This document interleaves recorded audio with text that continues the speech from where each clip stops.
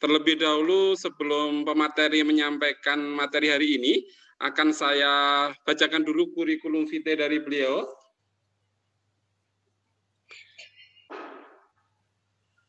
Saya share screen dulu, nggih.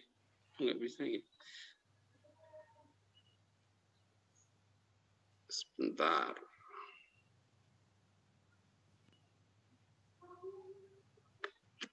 Oke, baik.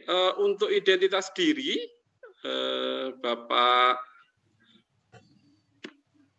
nama lengkap Bapak Dr. Setiono MPD, tempat tanggal lahir di Ciamis, 5 September 1984, masih muda Pak, nggih? Hebat ini. Perguruan tinggi yaitu Unmu Sukabumi. Kemudian nomor telepon adalah 081-802-157-492. Kemudian alamat kantor di Jalan Raya Samsudin, SH, nomor 50, Kota Sukabumi, Jawa Barat.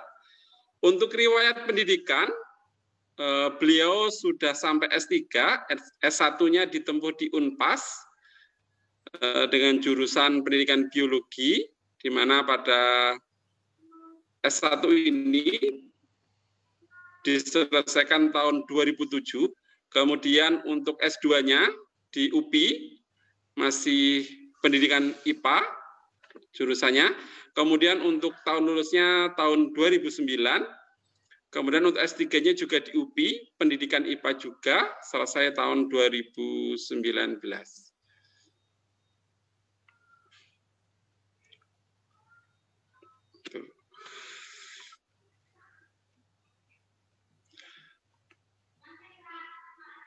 Untuk mata kuliah yang biasa diampu oleh beliau adalah anatomi tumbuhan, belajar dan pembelajaran biologi, perencanaan pengajaran biologi, micro teaching, kemudian juga pengembangan pembelajaran praktikum, kemudian adalah inquiry berbasis proyek.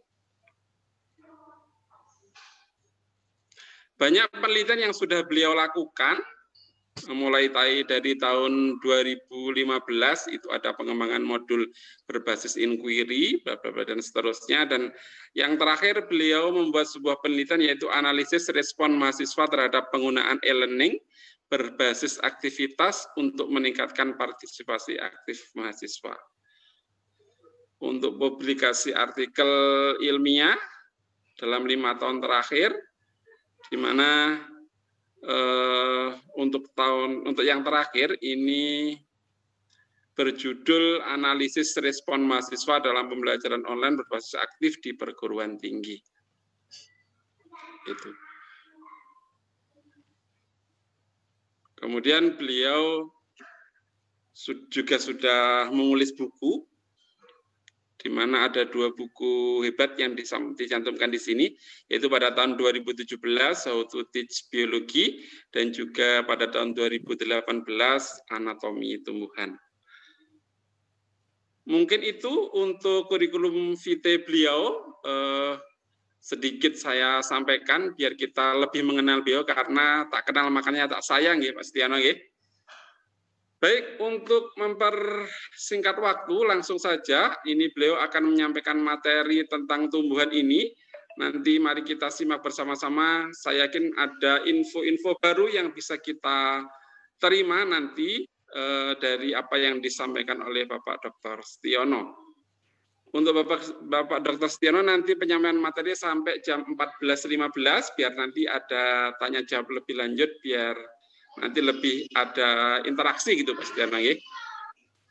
Baik, dipersilakan kepada Bapak Setiono untuk menyampaikan materi. Monggo Pak Setiono.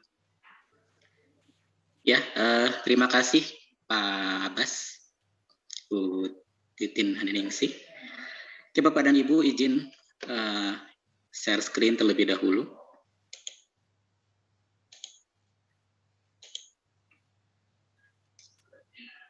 Oke, Bapak dan Ibu sudah terlihat ya share screen-nya? Sudah, Pak. Sudah ya? Sudah, Pak Setiono, sudah terjelas.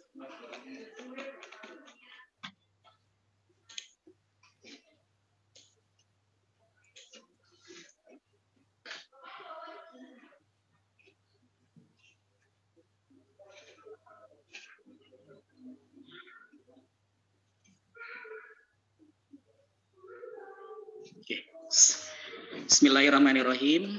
Assalamualaikum warahmatullahi wabarakatuh. Waalaikumsalam warahmatullahi wabarakatuh. Yang saya hormati Pak Direktur GTK, kemudian Bapak Ketua Panitia Pak Agus Subarkah, kemudian yang saya hormati juga Bapak dan Ibu Ketua MGMP seluruh Indonesia yang alhamdulillah pada kesempatan hari ini juga hadir.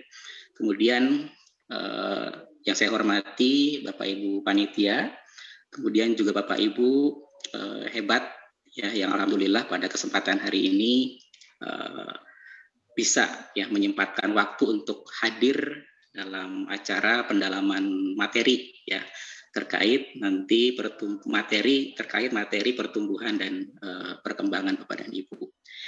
Oke Bapak dan Ibu, alhamdulillah ini sebuah kesempatan tentunya yang membanggakan saya ya, kemudian juga ya alhamdulillah pada kesempatan hari ini ya saya bisa bersilaturahmi, bisa bertemu, ya bisa berkenalan dengan Bapak Ibu hebat semuanya, ya Bapak Ibu yang selalu menyempatkan waktu, ya menyempatkan waktu untuk bisa menimba ilmu, ya menyempatkan waktu untuk terus belajar karena ya pada hakikatnya Bapak dan Ibu kita sebagai seorang ya pendidik ya harus terus mengupgrade keilmuan kita karena seperti yang tadi Pak moderator Pak Abbas sampaikan bahwa ya ilmu ini sifatnya tidak statis tapi terus berkembang ya sehingga ada banyak temuan baru, ada banyak informasi baru, ada banyak wawasan baru yang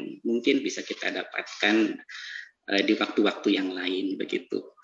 Oke, Bapak dan Ibu, ini luar biasa tentunya Bapak dan Ibu ya. Saya perhatikan dari awal pandemi sampai sekarang Bapak Ibu ini selalu rutin mengadakan event, mengadakan kegiatan yang tujuannya adalah untuk ya meningkatkan kompetensi Bapak Ibu semua ya. Jadi tentunya ini perlu kita apresiasi ya bersama-sama bahwa Bapak Ibu selalu semangat begitu ya, selalu semangat ya mengupgrade keilmuan Bapak dan Ibu. Oke Bapak dan Ibu, ya alhamdulillah pada kesempatan hari ini saya berkesempatan untuk bisa bertemu bersilaturahmi ya. Tadi di awal Pak Abbas sudah memperkenalkan ya nama saya Setiono Bapak dan Ibu. Saya mengajar di program studi pendidikan biologi UM Universitas Muhammadiyah Sukabumi ya. Oke, pada kesempatan siang hari ini Bapak dan Ibu ya saya akan coba sharing tentunya ya dengan Bapak dan Ibu karena saya seyakin-yakinnya Bapak dan Ibu ini sudah paham betul ya terkait dengan materi pertumbuhan dan perkembangan karena boleh jadi Bapak dan Ibu yang ada di lapangan ini punya pengalaman teoritis juga punya pengalaman praktis ya terkait dengan bagaimana materi pertumbuhan dan perkembangan, bagaimana mengajarkan materi pertumbuhan dan perkembangan begitu ya. Nanti insya Allah saya akan coba sharing materi Bapak dan Ibu begitu ya. Mudah-mudahan ya materi ini bisa nanti sedikit melengkapi wawasan Bapak dan Ibu, pengetahuan Bapak dan Ibu terkait dengan pertumbuhan dan perkembangan begitu. Kemudian insya Allah nanti juga saya akan menyampaikan ada sedikit ya di sela-sela materi itu ada strategi ya, ada strategi yang nanti bisa Bapak Ibu ini ada sedikit sharing strategi bagaimana nanti Bapak dan Ibu mengajarkan atau menyampaikan ya materi tentang pertumbuhan dan perkembangan ini Bapak dan Ibu ya. Oke, jadi nanti ada sedikit selang-seling mungkin ya Bapak dan Ibu menyampaikan konten materi, kemudian nanti ada terselip di situ bagaimana strategi menyampaikan materi tersebut begitu. Oke Bapak dan Ibu ya terkait dengan materi pertumbuhan dan perkembangan ini ya tentunya ya seperti yang tadi sudah saya sampaikan bahwa materi ini sangat familiar Ya, bahkan Bapak dan Ibu sudah berulang kali menyampaikan materi tentang pertumbuhan dan perkembangan ini. Ya, tentunya ya Bapak dan Ibu sudah punya banyak pengetahuan, punya banyak wawasan ya terkait dengan pertumbuhan dan perkembangan ini. Gitu. Oke, di sini pun nanti saya tidak akan terlalu banyak mengeksplorasi atau menjelaskan materi, ya. Paling nanti saya akan menyampaikan konten ya atau pada bagian-bagian yang memang yang mudah-mudahan itu bisa melengkapi wawasan pengetahuan Bapak dan Ibu terkait dengan pertumbuhan dan perkembangan. Oke, Bapak dan Ibu, saya coba slideshow.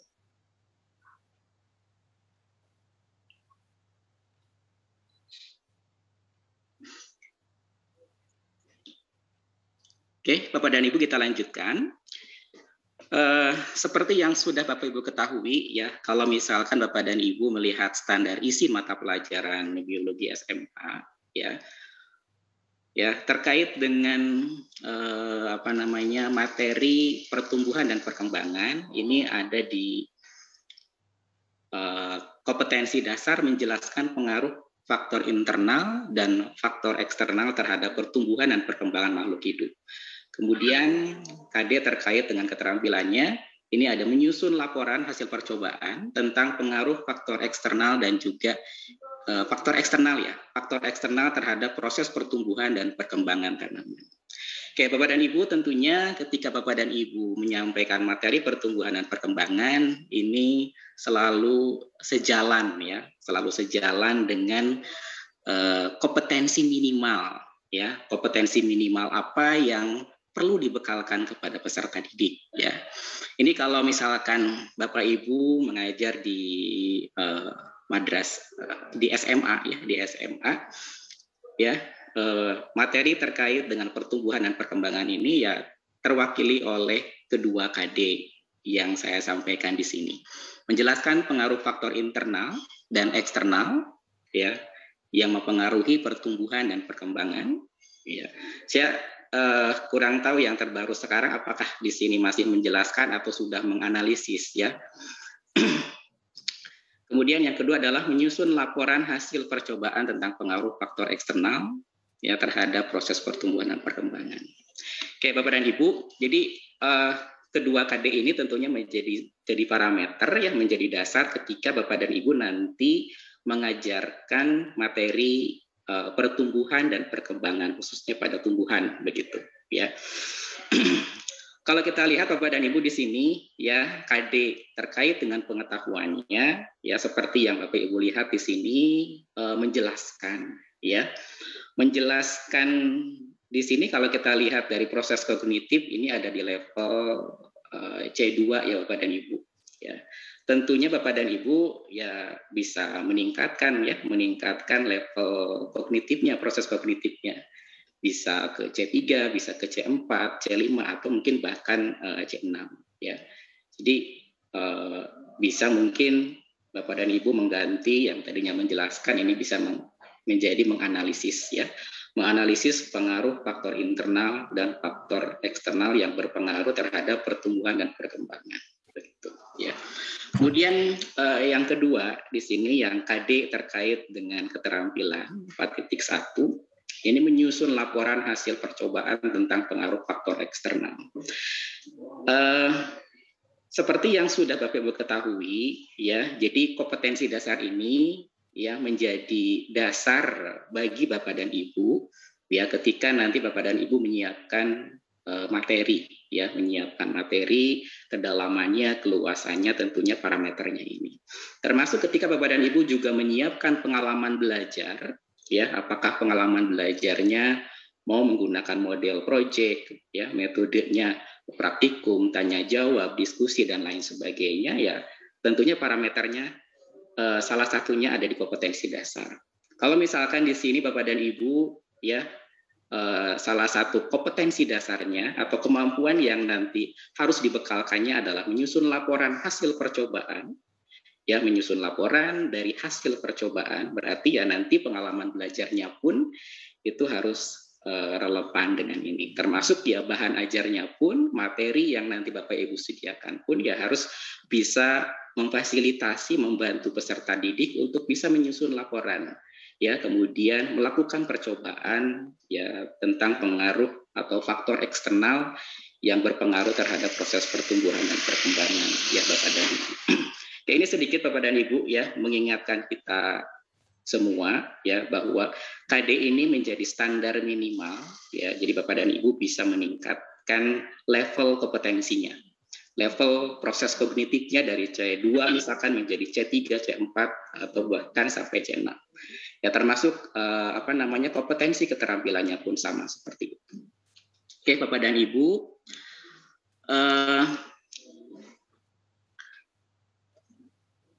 sebelum berlanjut ke pemaparan materi, ya, saya ingin bertanya terlebih dahulu kepada Bapak dan Ibu, ya.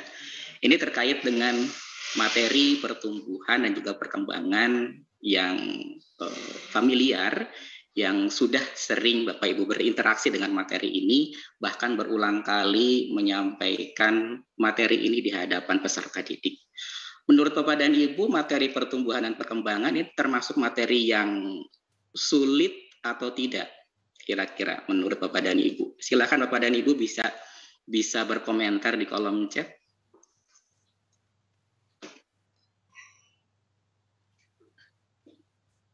Silakan Bapak dan Ibu, saya tunggu komentarnya.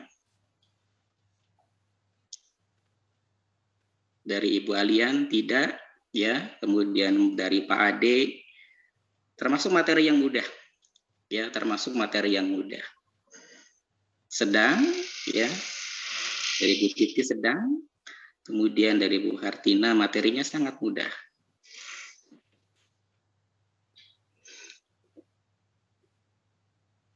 Oke ya, terima kasih Bapak dan Ibu. Jadi kalau saya perhatikan di sini, hampir sebagian besar Bapak dan Ibu berpandangan bahwa materi ini adalah materi yang mudah, ya Bapak dan Ibu. Ya, mudah bagi Bapak dan Ibu. Kalau pertanyaannya saya ganti Bapak dan Ibu, ya, materi pertumbuhan dan perkembangan ini menurut peserta didik bagaimana Bapak dan Ibu? Menurut peserta didik apakah mudah juga atau sedang atau sulit Bapak dan Ibu?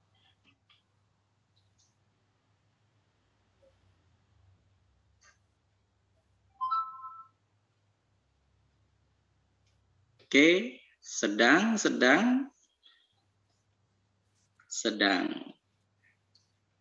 Oke. Terima kasih Bapak dan Ibu ya. Jadi kalau menurut peserta didik, materi pertumbuhan dan perkembangan ini termasuk ke dalam materi yang kategorinya sedang gitu. Oke, menurut Bapak dan Ibunya tadi materinya mudah ya, materinya mudah.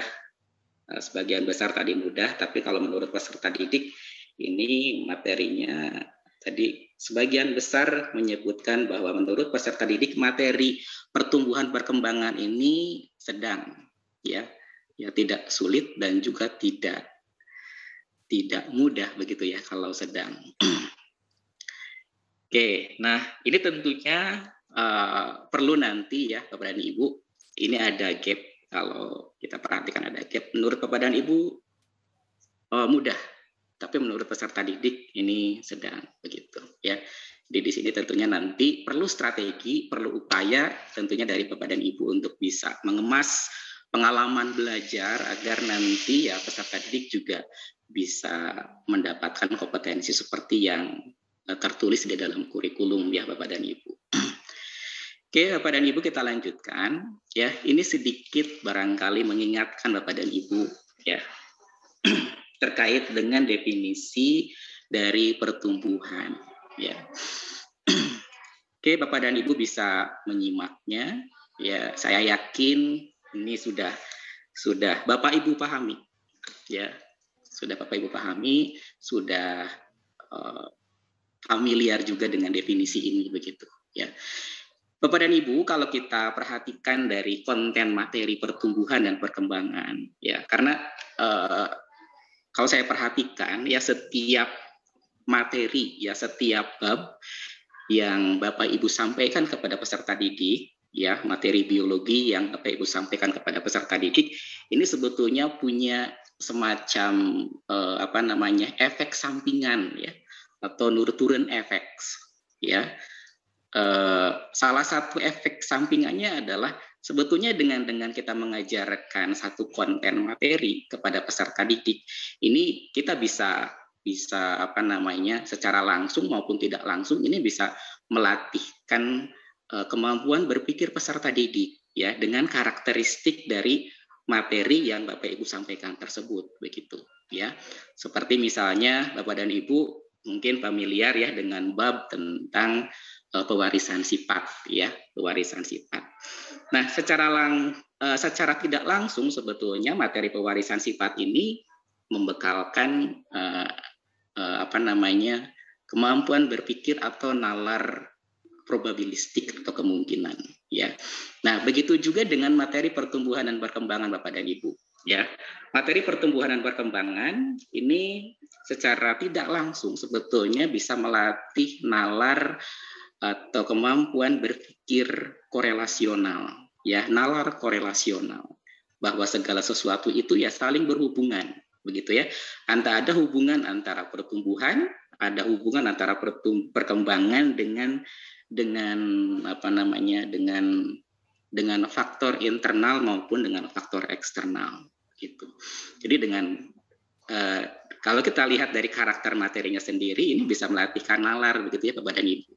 Jadi sebetulnya ya sesuai juga dengan visi dari kurikulum Merdeka Belajar yang di situ dituntutkan ya peserta didik untuk bisa punya kemampuan nalar ya atau berlogika. Oke Bapak dan Ibu, kalau kita lihat dari definisinya di sini, pertumbuhan adalah pertambahan biomassa tanpa balik atau irreversible. Nah, tentunya ketika ada pertambahan biomassa ya, ada konsekuensinya di situ. Ya, Bapak Ibu sudah familiar, pasti beratnya bertambah, panjangnya bertambah, lebarnya bertambah, jumlah selnya bertambah dan lain sebagainya. Jadi sifatnya di sini kalau kita perhatikan Bapak dan Ibu kuantitatif. Ya. Kemudian perlu Bapak Ibu ketahui juga bahwa pertumbuhan ini tentunya bisa kita lihat juga dari tingkatan organisasi kehidupan, mulai dari yang paling rendah sampai ke yang paling tinggi. Jadi bisa kita lihat pada tingkat seluler, bisa kita lihat pada tingkat jaringan, dan bisa kita lihat pada tingkat organisme. Memang yang paling mudah, yang paling gampang ya bisa kita lihat pada tingkat organisme. Ya, tingginya bertambah, ya tinggi tumbuhannya bertambah, kemudian jumlah pucuknya bertambah, ya kemudian juga jumlah cabangnya bertambah, ya jumlah akarnya bertambah, panjang akarnya bertambah dan lain sebagainya. Memang yang paling sulit di sini ya mengidentifikasi pertumbuhan pada tingkat seluler begitu. Ya, karena ya sangat kompleks begitu ya.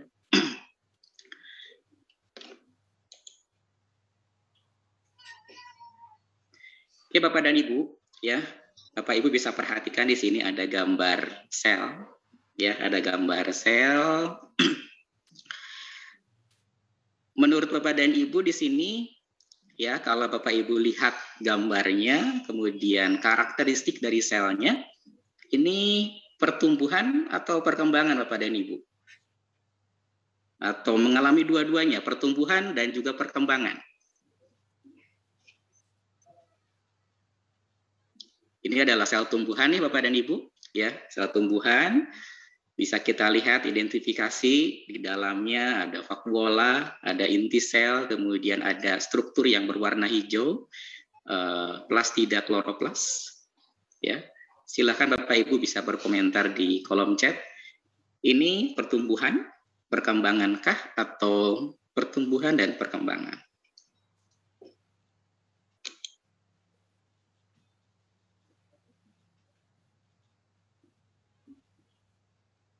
Oke, pertumbuhan dan perkembangan, pertumbuhan. Oke, terima kasih Bapak dan Ibu. Ya, sebetulnya tergantung kita melihat dari sudut pandang yang mana ya Bapak dan Ibu. Kalau kita lihat dari sudut pandang ya bertambahnya lebar, bertambahnya panjang, ya panjangnya bertambah, lebarnya bertambah, volumenya bertambah. Ini sel ini mengalami pertumbuhan. Tapi kalau kita lihat jauh ke dalam Bapak dan Ibu, ya kita melihat prosesnya, ya bioproses yang terjadi di dalam sel, sintesis protein dan lain sebagainya, begitu ya. Kemudian proses-proses yang terjadi di dalam organelnya, ini bisa kita katakan bahwa selnya mengalami perkembangan, begitu. Karena boleh jadi ketika selnya masih kecil dan ketika selnya sudah bentuknya persegi panjang, ini bioprosesnya berbeda. Ya, kompleksitas dari bioprosesnya pasti berbeda. Berarti ya sel ini ya sedang mengalami pertumbuhan dan juga sedang mengalami perkembangan. Ya. Jadi tergantung kita melihatnya dari sudut pandang yang mana ya Bapak dan Ibu. Kalau misalkan kita sudut pandangnya kuantitatif, berarti ya pertumbuhan. Kalau sudut pandangnya kualitatif, berarti perkembangan. Ya, nanti di bagian akhir saya akan jelaskan perbedaannya apa.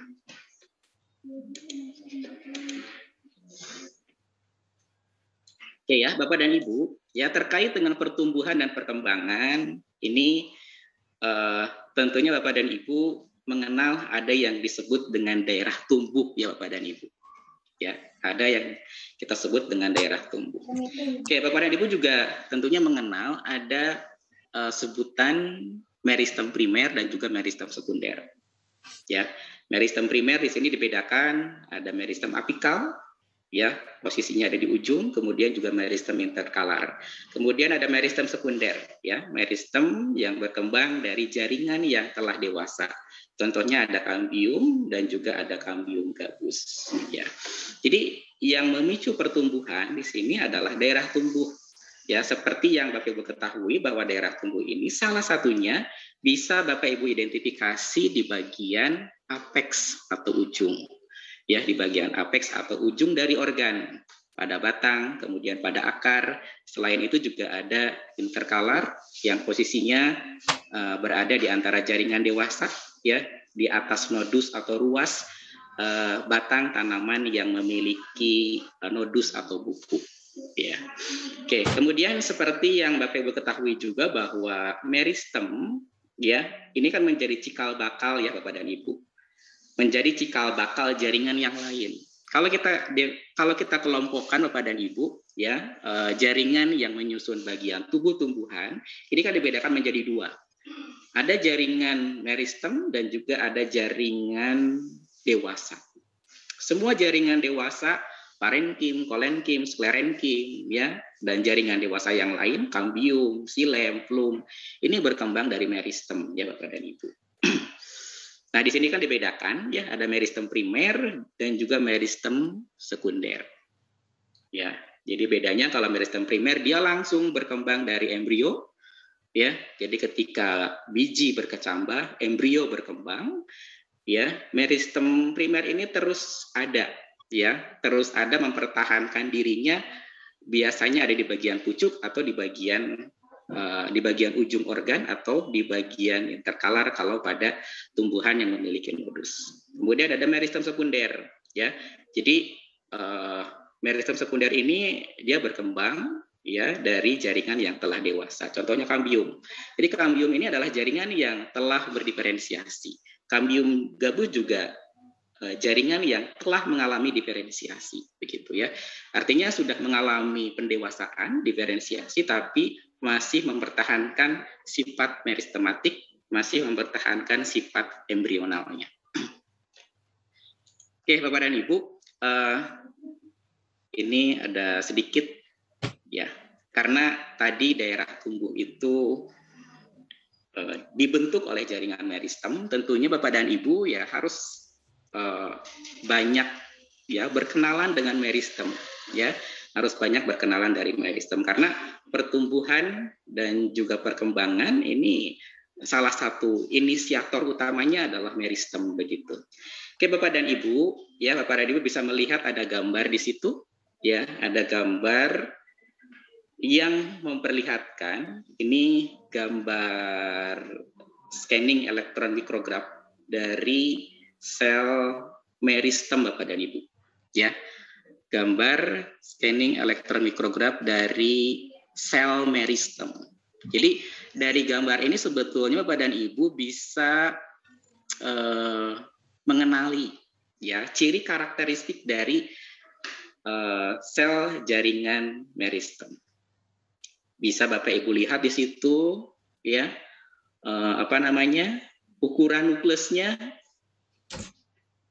nukleusnya sangat besar ya kalau kita lihat bandingkan dengan proporsi ukuran selnya itu sendiri. Kemudian di bagian lain Bapak dan Ibu ya kursor yang saya tunjukkan ini memperlihatkan struktur vakuola. Kalau Bapak Ibu perhatikan di situ vakuolanya ada satu atau banyak Bapak dan Ibu?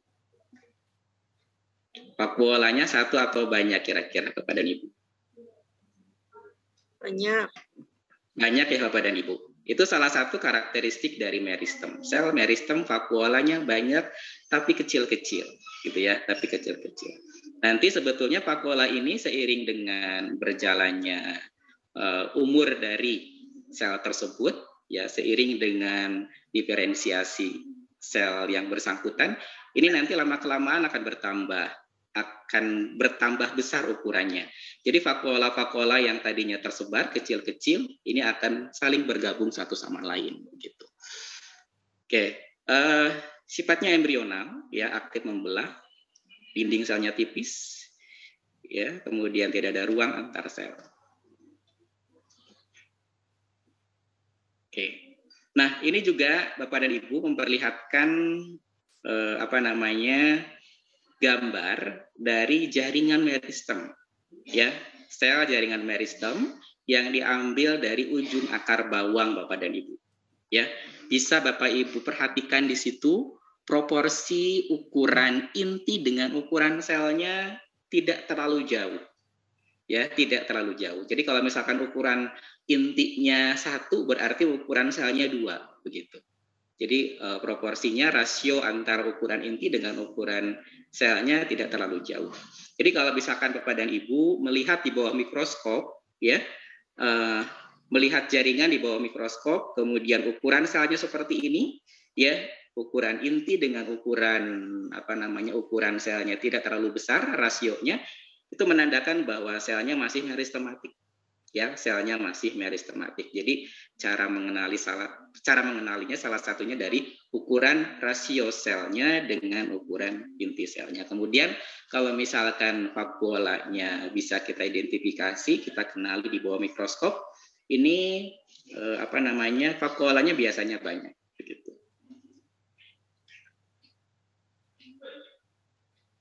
Oke, Bapak dan Ibu, ya tentunya ini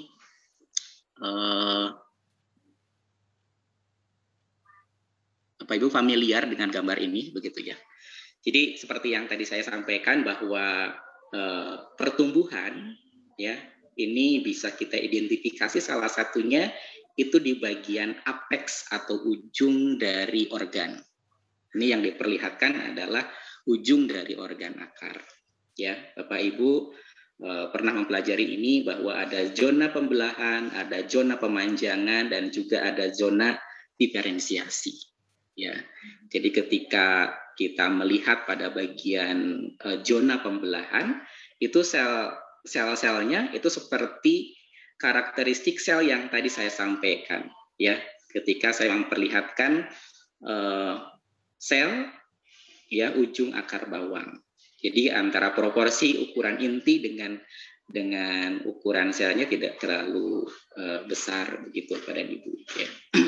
Kemudian pada zona pemanjangan ini bisa kita perhatikan Bapak dan Ibu pada zona pemanjangan itu selnya sudah mulai memanjang, ya selnya sudah mulai memanjang. Kemudian pada zona diferensiasi ya bisa Bapak Ibu perhatikan sudah terdapat root hair atau rambut akar. Itu menandakan bahwa struktur sel yang ada di sini ini sudah mengalami diferensiasi karena root hair ini adalah ya diferensiasi dari sel epidermis begitu ya. Jadi kalau misalkan sel epidermisnya sudah bisa memproduksi atau menghasilkan rambut akar itu menandakan bahwa struktur selnya sudah mengalami diferensiasi menjadi jaringan dewasa epidermis. Gitu. Oke, Bapak dan Ibu, ini memperlihatkan gambaran yang lain terkait dengan meristem. Ya, tentunya Bapak dan Ibu sudah paham ya terkait dengan ini, Bapak dan Ibu. Oke, kalau kita perhatikan, ini ada penampang membujur ya Bapak dan Ibu, penampang membujur dari koles, ya, penampang membujur bagian apeks dari koles. Karena ini bagian apeks, kita asumsikan bahwa jaringan yang Bapak Ibu lihat di situ adalah meristem. Jadi bentuknya masih isiodiametris, belum mengalami diferensiasi, ya, kemudian dinding selnya tipis dan tidak memiliki ruang antar sel. Itu ciri utama, ya. Jadi Bapak dan Ibu, ini perlu dipahami oleh Bapak dan Ibu karena pertumbuhan core-nya atau intinya adalah meristem sebetulnya, ya. Oke, Bapak dan Ibu, tadi ada meristem primer, dia langsung berkembang dari embrio, kemudian juga ada meristem sekunder. Dia berkembang dari jaringan yang sudah mengalami diferensiasi, tapi masih mempertahankan sifat meristematiknya. Oke, meristem primer dan meristem sekunder ini nanti ya akan memicu pertumbuhan Bapak dan Ibu, ya. Memicu pertumbuhan. Bapak dan Ibu, ya, Bapak dan Ibu mungkin mengenal ya ada pertumbuhan primer dan juga ada pertumbuhan sekunder. Kenapa dibedakan ada pertumbuhan primer dan ada pertumbuhan sekunder? Karena inisiatornya berbeda, begitu, ya. Jadi kalau pertumbuhan primer inisiatornya adalah meristem, ya, sedangkan pertumbuhan sekunder ya inisiatornya adalah jaringan dewasa yang meristematik, begitu. Ya, jadi kalau pertumbuhan primer, ya pertumbuhan primer itu kan inisiatornya meristem, ya jaringan meristem primer yang langsung berkembang dari embrio.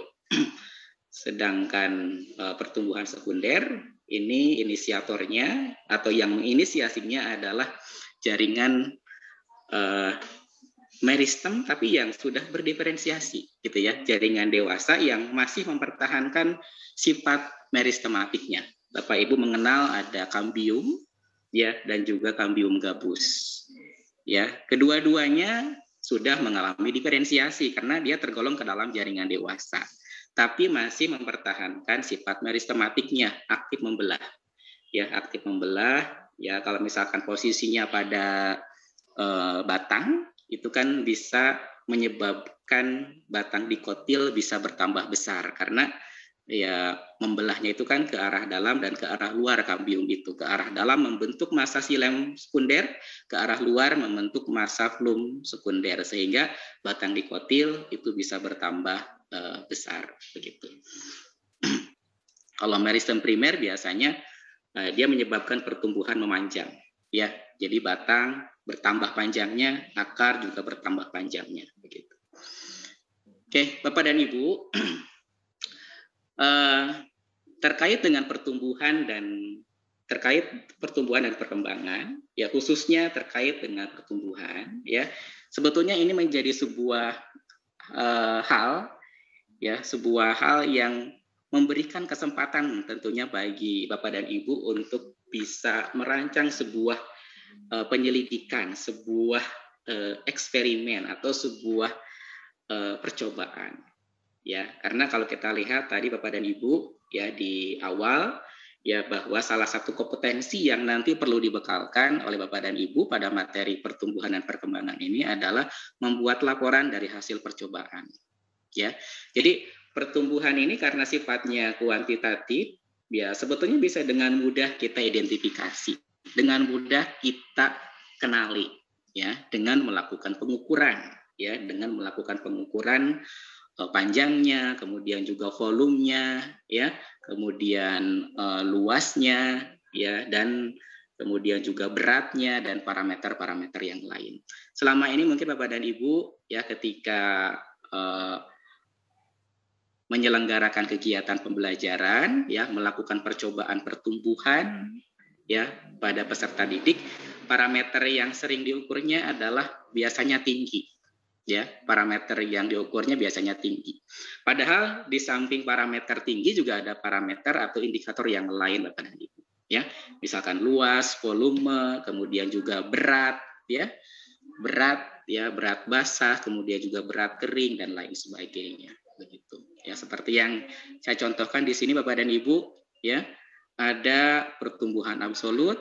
Ya, kemudian juga ada pertumbuhan relatif. Ya, Bapak dan Ibu mungkin sudah mengenal kalau misalkan Bapak dan Ibu di perguruan tinggi dulu perguruan tinggi ketika melaksanakan percobaan tentang pertumbuhan dan perkembangan, itu salah satu parameternya adalah bisa luas, tinggi, ya, kemudian dilihat pertumbuhan absolutnya, kemudian dilihat pertumbuhan relatifnya. Kalau pertumbuhan relatif ini sebetulnya ya pertambahan massa, ya, pertambahan massa, biomassa,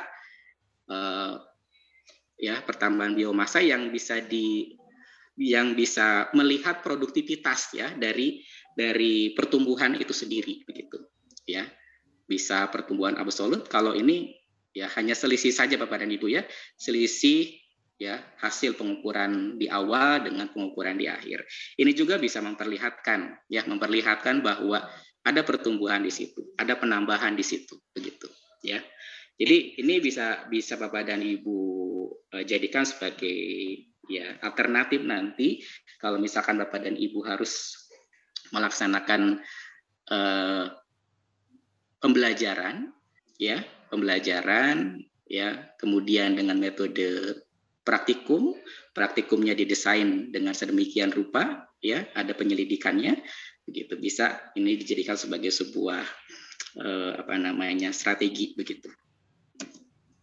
Oke, ini ada pola pertumbuhan. Bapak dan Ibu juga mungkin sudah familiar dengan ini, ya. Ada fase logaritmik, kemudian juga ada fase linear dan ada fase penuaan, ya.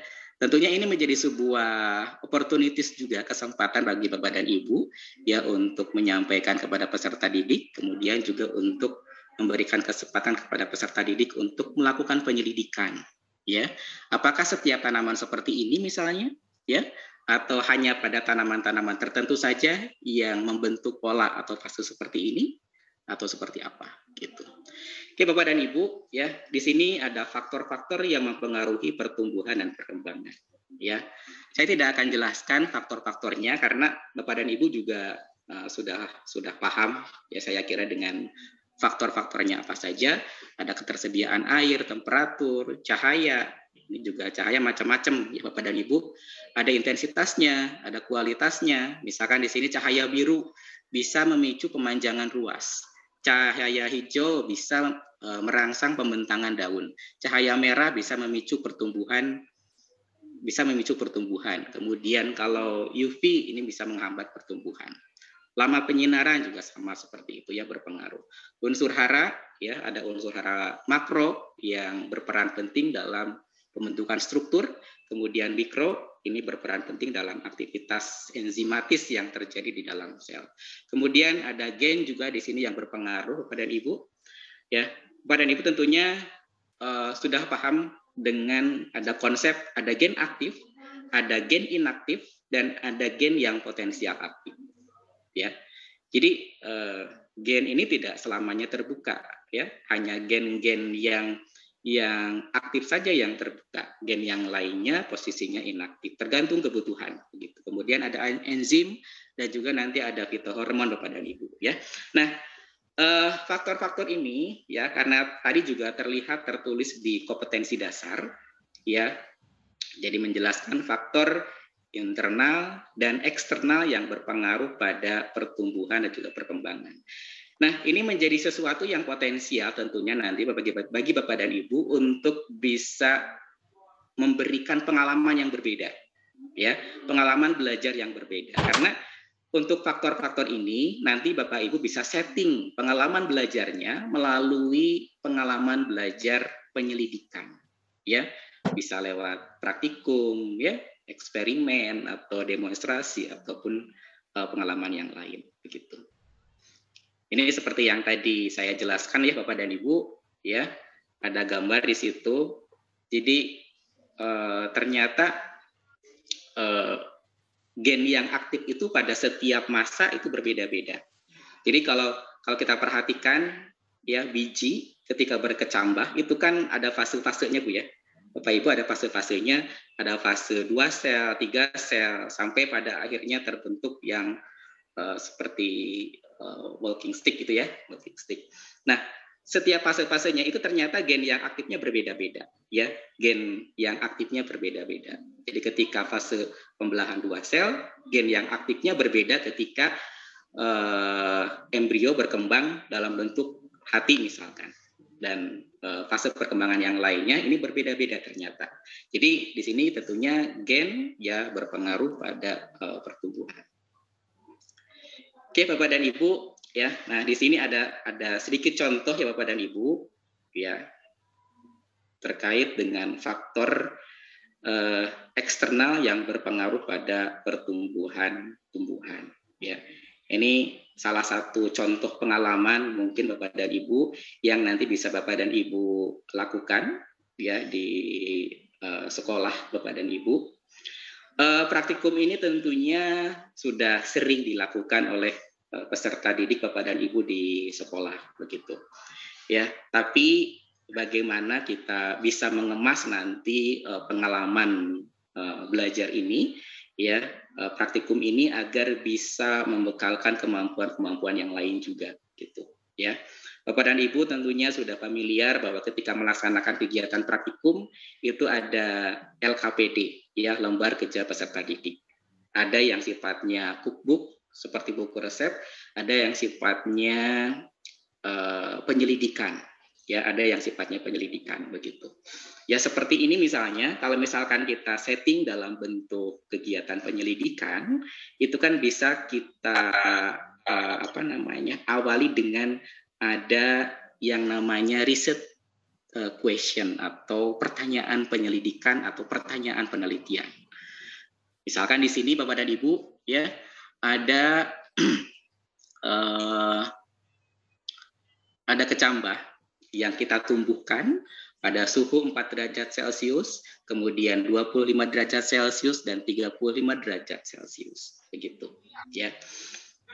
Nah, kira-kira nanti yang memberikan hasil terbaik ya untuk pertumbuhan dan perkembangan kecambah itu yang mana? 4-kah, 25 atau 35 derajat Celcius? Begitu. Kira-kira menurut Bapak dan Ibu yang mana yang akan memberikan efek paling baik untuk pertumbuhan kecambah?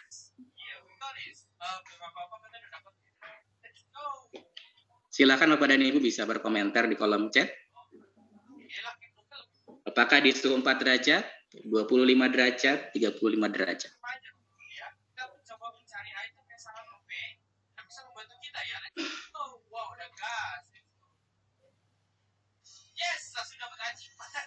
Oke, 25, ada yang 35. Oke, suhu 25 karena itu dianggap sebagai suhu optimum. Oke, kita lihat Bapak dan Ibu. Karena ini semuanya lagi bro, jadi kemanapun kita pergi, kita bisa Oke, ini hasilnya Bapak dan Ibu. Ya, bisa kita lihat bahwa pertumbuhan optimal ini berada pada suhu 25 derajat Celcius ya Bapak dan Ibu, suhu optimal. Oke, jadi ya ini praktikumnya biasa dilakukan, ya sering dilakukan, tapi kalau misalkan diawali dengan yang namanya pertanyaan penyelidikan, ini bisa kita ajak peserta didik untuk melakukan prediksi, berhipotesis, begitu ya, kemudian nanti menguji hipotesis dan lain sebagainya. Ya, beda suasananya, beda kesannya, beda pengalamannya ketika misalnya kita setting dalam bentuk LKPD yang cookbook, begitu ya, yang seperti buku resep. Jadi peserta didik hanya melakukan kegiatan sesuai dengan yang tertulis di LKPD. Tapi kalau kita buat dalam bentuk penyelidikan, ya di konsepnya peserta didik sudah paham ya bahwa suhu ini berpengaruh terhadap pertumbuhan biji, ya pertumbuhan tumbuhan. Tapi belum tahu kan pada suhu berapa yang menghasilkan pertumbuhan yang optimal. Apakah suhu dingin, apakah suhu kamar, atau suhu yang lebih tinggi dari suhu kamar. Kita ajak peserta didik untuk memprediksi di situ, ya, memperkirakan. Itu kan bisa melatihkan kemampuan berpikir ya Bapak dan Ibu, bisa melatihkan kemampuan berpikir, ya. Jadi kalau misalkan kita setting pengalamannya melalui inquiry, misalkan penyelidikan, maka ya bisa melatih sikap ilmiah, ya, bisa melatih keterampilan proses, ya, mereka merancang percobaan, ya, memilih alat, menggunakan alat, ya, kemudian juga membuat perlakuan, men-setting perlakuannya seperti apa.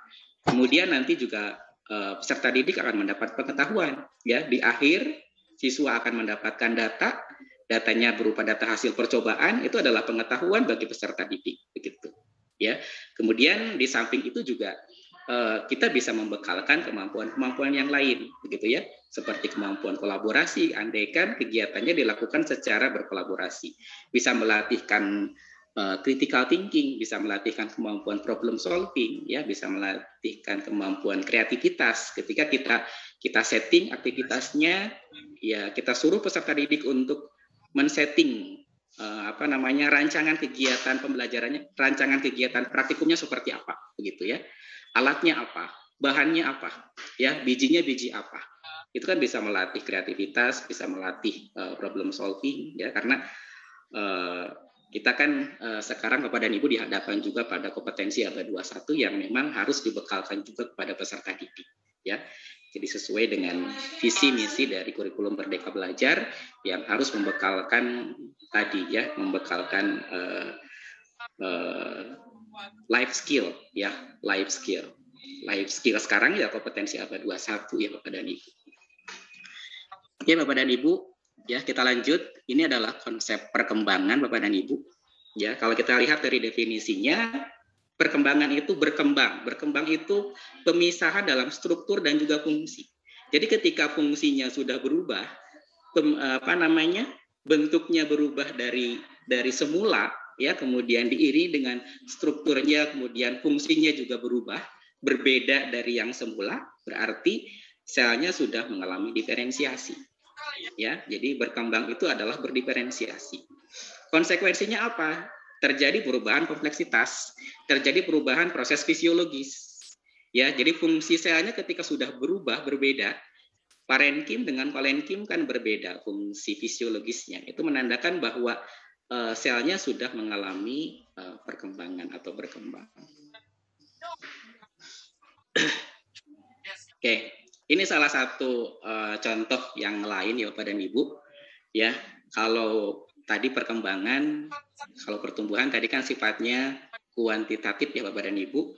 Kalau perkembangan sifatnya adalah kualitatif. Ya, jadi kompleksitasnya bertambah, kualitasnya jadi bertambah begitu.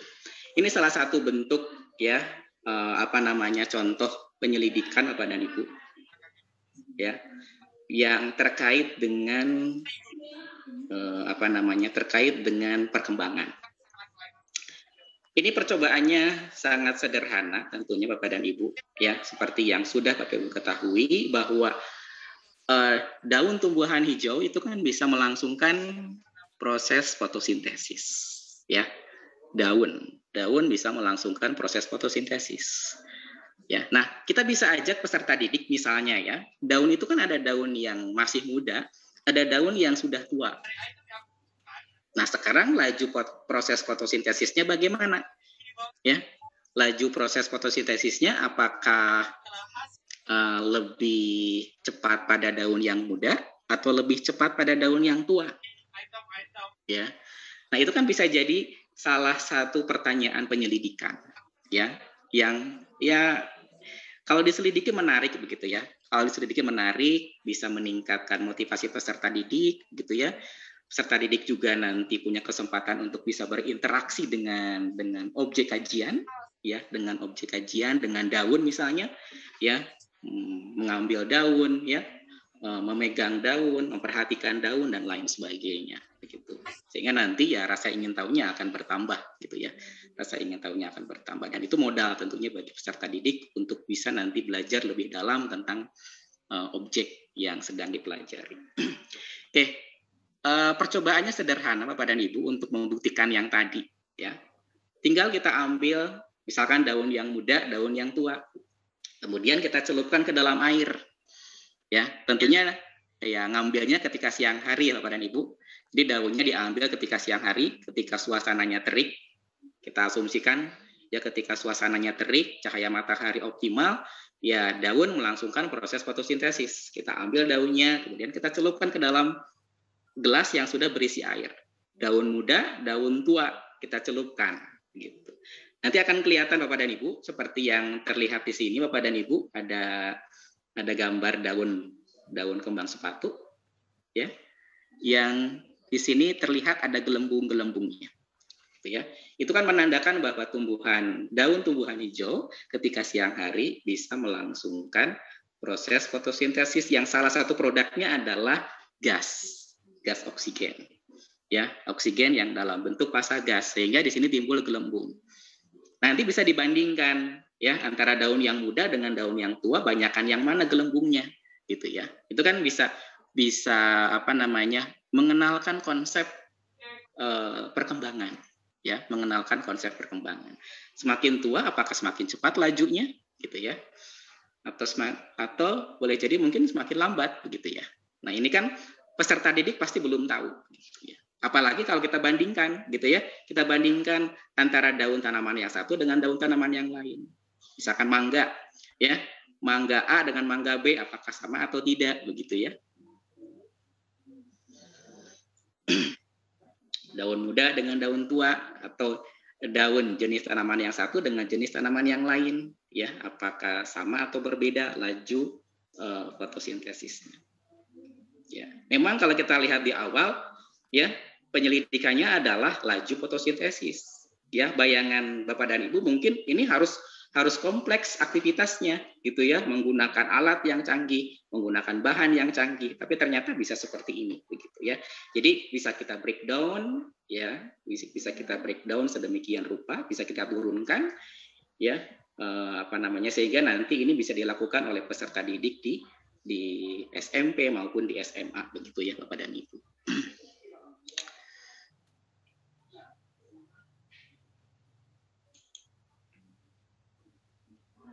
Oke, kemudian kita lanjutkan Bapak dan Ibu ya, ini faktor penyebab perkembangan. Oke, tentunya Bapak dan Ibu ini sudah sangat familiar ya dengan ini. Ada perbedaan aktivitas gen ya yang menyebabkannya, kemudian ada polaritas pada pembelahan sel. Jadi kalau misalkan sel ya, satu sel misalkan membelah menjadi dua, polaritasnya berbeda ya, polaritasnya berbeda, ini akan menyebabkan kedua sel ini yang nanti akan berkembang mungkin menjadi jaringan yang berbeda. Pembelahan sel yang tidak setara, ya misalnya pada rambut akar epidermis, letak sel dalam jaringan juga berpengaruh ya. Bapak Ibu mungkin pernah mempelajari teori jaringan meristem. Jadi ada meristem protoderm, letaknya di luar, meristem prokambium, itu letaknya di dalam, ada meristem dasar letaknya di tengah. Karena letaknya berbeda-beda, maka nanti akan berdiferensiasi menjadi jaringan yang berbeda. Protoderm letaknya di luar, dia akan berdiferensiasi menjadi epidermis. Prokambium ya di dalam, dia akan berdiferensiasi jadi xilem, plum, dan yang lainnya. Ada faktor endogen, ya hormon, gen, ya kemudian mengikuti pola tertentu, dan juga faktor lingkungan, ya seperti yang tadi dijelaskan bahwa faktor lingkungan ini berpengaruh terhadap pertumbuhan dan juga perkembangan. Ya, jadi sebetulnya materi pertumbuhan dan perkembangan ini ya kalau kita lihat dari kadiknya, kemudian juga karakter materinya, ini memberikan kesempatan sebetulnya bagi Bapak dan Ibu untuk bisa memberikan pengalaman belajar yang sifatnya penyelidikan, ya, yang sifatnya query, sehingga nanti ini bisa memancing rasa ingin tahu karena kita ajak peserta didik seperti seorang ilmuwan, ya, seorang ilmuwan ada research question dulu, observasi dulu, ya, kemudian dari observasi kita ajak peserta didik untuk bertanya, membuat sebuah pertanyaan penyelidikan seperti tadi. Daun muda dengan daun tua bagaimana nih laju fotosintesisnya, begitu ya. Kemudian apakah daun jenis tanaman yang satu dengan jenis tanaman yang lain laju fotosintesisnya sama atau berbeda, begitu ya. Praktikumnya sederhana ya, percobaannya sederhana, bisa dilakukan di rumah ya. Sekarang misalkan pada suasana yang belajar di rumah ini bisa dilakukan. Ya, bisa dilakukan. Tinggal Bapak Ibu bisa buat LKPD-nya ya, buat lembar kerjanya yang bisa memfasilitasi peserta didik melakukan penyelidikan begitu. Karena ada banyak turun efek ya di balik proses penyelidikan ya, atau proses inquiry yang dilakukan oleh peserta didik. Ya seperti halnya ilmuwan nih Bapak dan Ibu. Ilmuwan itu kan orangnya kreatif, orangnya inovatif, orangnya kritis, orangnya tekun, orangnya rajin, dan lain sebagainya. Sifat atau karakter-karakter yang tadi itu kan bisa dibekalkan sebetulnya melalui pengalaman penyelidikan. Ya, termasuk keterampilan proses pun, ya observasi, ya keterampilan mengajukan hipotesis, merancang percobaan, ini bisa dibekalkan juga melalui pengalaman yang tadi, begitu.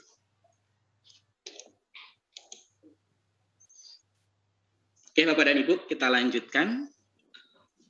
Mohon maaf, Pak Ya. Setiano, waktu kurang 5 menit lagi. Oke, kurang dari 5 menit lagi. Oke, saya coba efektifkan Bapak dan Ibu. Oke, selanjutnya saya ingin menyampaikan terkait dengan fitohormon Bapak dan Ibu.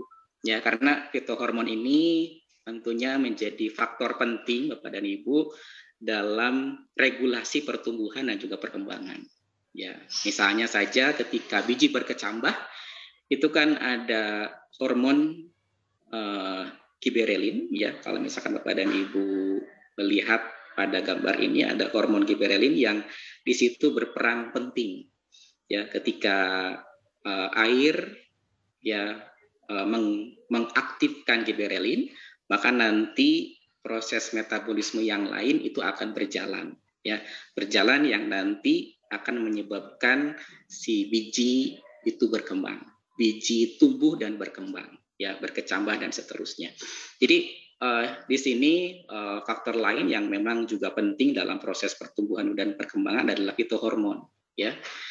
Bapak dan Ibu tentunya familiar dengan istilah fitohormon. Kenapa tidak disebut hormon? Ya, kalau hormon kan untuk di hewan ya Bapak dan Ibu. Kalau fitohormon ini hormon tapi konteksnya pada tumbuhan, begitu ya. Bapak dan Ibu tentunya familiar dengan ini ya Bapak dan Ibu, ada auksin, sitokinin, giberelin, absisin, asam absisat, dan juga etilen. Nah, ini dari hasil apa namanya riset terbaru ternyata ditemukan juga ya ada hormon-hormon yang baru. Ini ada yang beranggapan ini hormon, ada juga yang tidak ya, tergantung dari risetnya sebetulnya. Ada asam jasmonat, ada asam salisilat, dan juga ada berasinosteroid Bapak dan Ibu. Ya, jadi Bapak dan Ibu kalau di buku SMA mungkin familiar dengan auksin, sitokinin, giberelin, absisin, dan etilen. Tapi di sini ada fitohormon yang kontemporer Bapak dan Ibu ya. Jadi yang baru begitu ya. Masih diperdebatkan, ada asam jasmonat, salisilat, dan berasinosteroid. Ini dianggap hormon karena memang sifatnya karakternya seperti auksin, seperti sitokinin begitu ya. Jadi mempengaruhi pertumbuhan, perkembangan dalam konsentrasi yang mikromolar, yang sangat sedikit. Jadi kalau misalkan auksin terlalu banyak juga akan menghambat pertumbuhan ya Bapak dan Ibu. Ya, jadi harus sesuai, harus dalam konsentrasi yang sangat sedikit. Itu karakteristik dari fitohormon. Ya. Ini ada sedikit teori terkait dengan fitohormon Bapak dan Ibu. Jadi berperan nanti mengaktifkan gen yang potensial aktif atau menginaktifkan gen yang potensial tidak aktif. Fitohormon bisa berperan mengaktifkan atau menginaktifkan gen tertentu. Kemudian fitohormon bisa berperan melonggarkan ikatan histon DNA. Ya, pasti Bapak Ibu paham maksudnya apa begitu ya. Jadi kalau misalkan sintesis protein kan diawali dengan transkripsi, maka DNA-nya harus terlepas dulu begitu ya. Oke, ada auksin Bapak dan Ibu.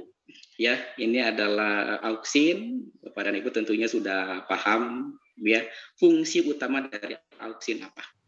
Ya, jadi bisa memicu pertumbuhan. Tapi kalau kita perhatikan grafik yang ada di sini Bapak dan Ibu, ini ternyata berbeda begitu ya antara organ tanaman yang satu dengan organ tanaman yang lain. Akar, tunas ketiak dan batang ini perlu konsentrasi auksin yang berbeda untuk bisa menghasilkan pertumbuhan yang optimal. Jadi konsentrasi auksin yang tinggi ini dibutuhkan untuk perkembangan batang. Tapi konsentrasi auksin yang lebih rendah ini dibutuhkan ya untuk pertumbuhan akar. Jadi kalau akar kita beri auksin yang konsentrasinya tinggi, ini justru malah akan menurunkan pertumbuhan dari akar itu sendiri. Ya. Nah, tentunya ini menjadi sebuah bahan juga ya Bapak dan Ibu, ya bahan yang menarik ya, bahan yang menarik yang nanti bisa Bapak Ibu coba kenalkan kepada peserta didik, dan ini menjadi sesuatu yang nanti menarik untuk diselidiki begitu. Ya, menarik untuk diselidiki. Seperti ini ya Bapak dan Ibu yang etilen. Ya, Bapak Ibu tentunya paham dengan etilen. Ya, fungsi utamanya untuk dormansi sebetulnya ya. Pematangan buah. Kalau Bapak Ibu lihat di sini nih, Bapak Ibu bisa lihat ada grafik di sini derajat kekuningan pisang kepok selama penyimpanan pada hari ke-0, ke-3 dan ke-7. Ini menggunakan etilen dari apel merah, kemudian etilen dari daun yang kering. Jadi daun kering itu sering digunakan oleh tukang buah untuk membungkus buah karena memang bisa menghasilkan etilen. Gitu ya. Ternyata ini bisa berpengaruh pada tingkat kekuningan, ya tingkat kekuningan dari pisang misalnya. Ini kan menjadi sebuah bahan penyelidikan. Bisa kita rubah variabelnya, misalkan daun, kita bandingkan nih daun kering, daun pisang, daun pisang yang kering, daun mangga yang kering, ya ini etilennya banyakan yang mana begitu. Itu kan bisa dilihat dari pengaruhnya nanti terhadap pematangan buah pisang misalnya begitu ya. Jadi ini menjadi sesuatu yang menarik ya kalau kita sajikan konteksnya kepada peserta didik. Ini penjelasan untuk yang tadi Bapak dan Ibu ya. Fitohormon yang kontemporer.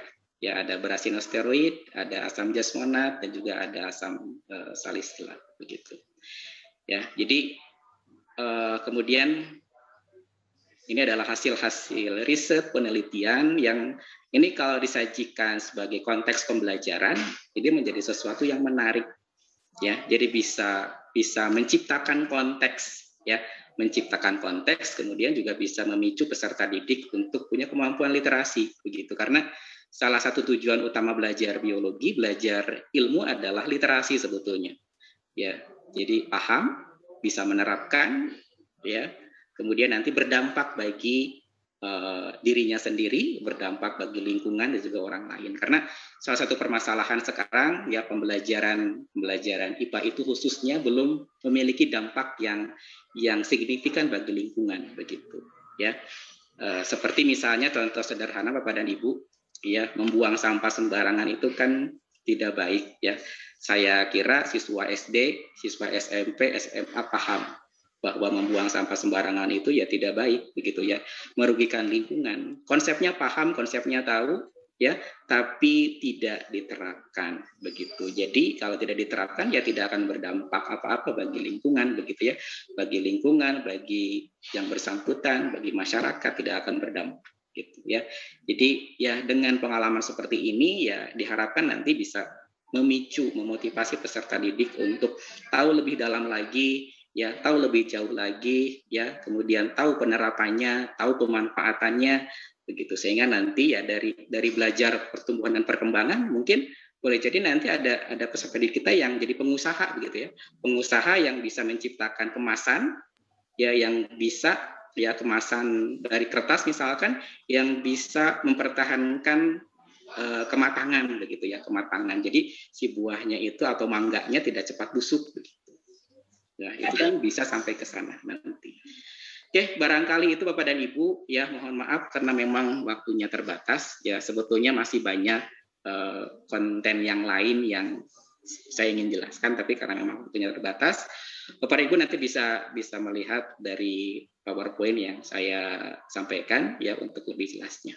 Oke, barangkali itu Bapak dan Ibu, mohon maaf ya apabila ada kekurangan, ya ada hal-hal yang kurang berkenan. Terima kasih. Assalamualaikum warahmatullahi wabarakatuh. Saya kembalikan ke Pak Abbas. Waalaikumsalam warahmatullahi wabarakatuh. Terima kasih Bapak Setiono. Materi yang cukup menarik teman-teman semuanya. Alhamdulillah kita dapat tambahan materi yang cukup banyak dari Bapak Setiono. Dan saya yakin teman-teman masih menunggu banyak hal lagi sebenarnya, akan tapi karena memang waktunya cukup terbatas, jadi mohon maaf Pak Setiono harus saya cancel untuk penyampaian materinya. Nanti bisa mungkin masih ada waktu kurang lebih 30 menit untuk tanya jawab, bisa kita manfaatkan. Baik, untuk sekarang tanya jawab. Jadi tadi teman-teman sudah dipersilakan untuk bertanya di kolom chat. Jadi ini ada beberapa pertanyaan yang sudah saya rekap. Untuk pertanyaan pertama Bapak Setiono, ini dari Ibu Lilik Muntamah, Man 1 Jembrana. Beliau menanyakan, jika pertumbuhan ada yang pada fase penurunan, apakah itu masih bisa disebut sebagai pertumbuhan? Dan apakah faktor yang menyebabkan pertumbuhan pada fase penurunan tersebut? Saya ulangi sekali lagi, Pak Setiono. Ya, Pak. Jika pertumbuhan ada yang pada fase penurunan, apakah itu masih bisa disebut sebagai pertumbuhan? Dan apakah faktor yang menyebabkan pertumbuhan pada fase penurunan tersebut? Pertanyaan pertama. Monggo, Pak. Langsung dijawab. Oh, ya, langsung dijawab saja, Pak ya. Oke. Oke, Bapak dan Ibu, terima kasih atas pertanyaannya tadi. Ya, kalau Bapak Ibu perhatikan di grafik yang tadi saya sampaikan, Bapak dan Ibu.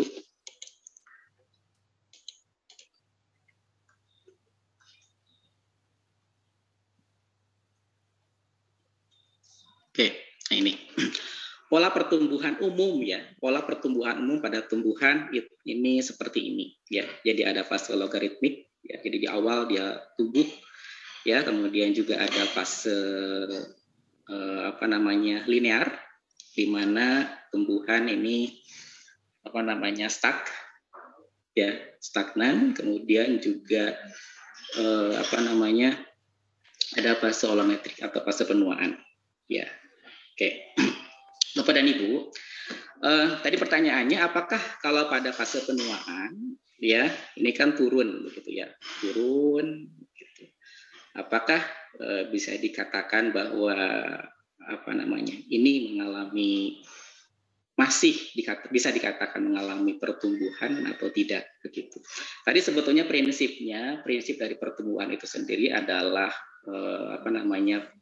bertambah. Ya, ada penambahan jumlah sel, ya, penambahan ukuran misalnya, penambahan volume, ya, bertambahnya volume, bertambahnya panjangnya, lebarnya, dan lain sebagainya. Begitu. Oke, pada fase logaritmik, ya, Bapak dan Ibu, boleh jadi massa selnya bertambah, ya. Jadi massa selnya bertambah, terus bertambah, begitu ya. Jadi ada pertambahan ukuran, ya, ada pertambahan luas, ada pertambahan volume, ada pertambahan panjang, ada pertambahan lebar, begitu ya. Kemudian, pada fase linear dalam hal pertambahan ukuran, ya, pertambahan lebar, panjang, dan lain sebagainya mungkin stagnan, ya, boleh jadi mungkin stagnan begitu. Kemudian pada fase penuaan itu boleh jadi mungkin berkurang. Ya, ada sel-sel yang mati, ada banyak daun misalkan yang menggugurkan dirinya, begitu ya, menggugurkan dirinya. Jadi untuk tanaman-tanaman semusim, ya, tanaman-tanaman yang anual, ya, seperti padi, gitu ya, dan lain sebagainya, itu terlihat jelas sebetulnya fase penuaannya, gitu ya, fase penuaannya. Dan itu menjadi bagian sebetulnya Bapak dan Ibu, ya, menjadi bagian dari fase pertumbuhan, ya, fase pertumbuhan. Boleh jadi mungkin ukurannya tidak bertambah, lebarnya tidak bertambah, panjangnya tidak bertambah, atau mungkin bahkan berkurang, gitu ya, bahkan berkurang, ya. Tapi ada, ya, ada substansi tertentu yang mungkin dia